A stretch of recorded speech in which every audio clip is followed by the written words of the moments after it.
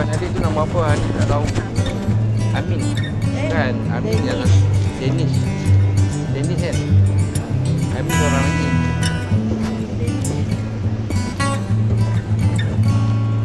Lalu sini.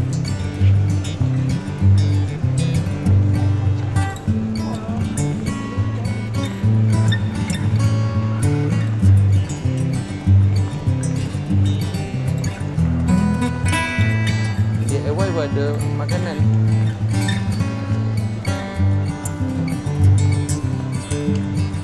Ya.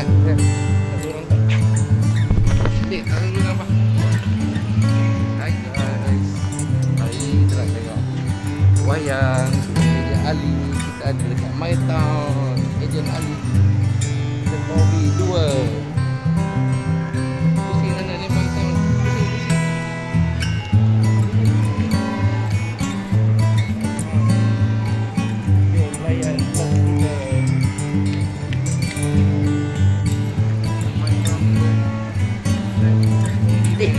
Tunjuk. Ni budak ni bawa.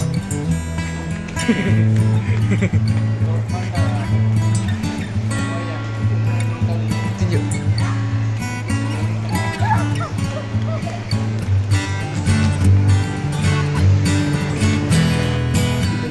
Mr. DIY. Tak. Ha.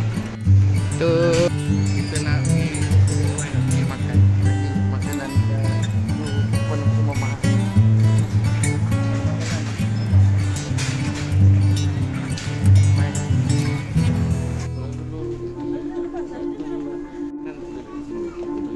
Mr. Doodle bawah.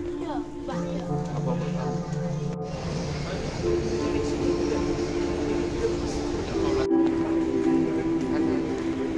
Kita dah sampai kat Golden Screen Cinema.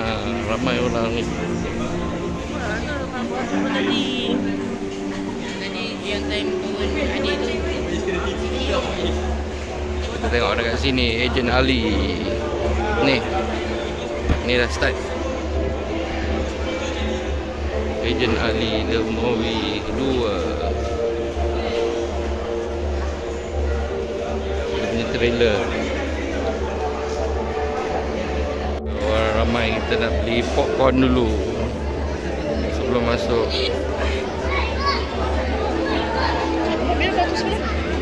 Dah beratur untuk beli popcorn.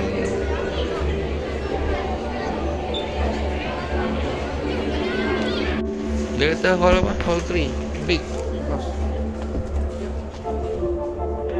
Assalamualaikum. Dia dah tutup lampu lah.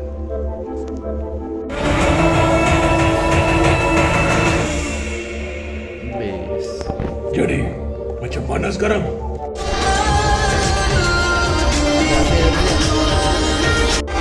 Nak tunggu apa?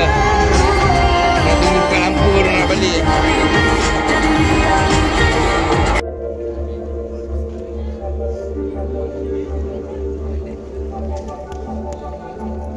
Habis. Kau nangis tak? Kau nangis tak? Tak faham. Tak sekali lagi. Faham. Kenapa kamera abang? Dah habis. Bye.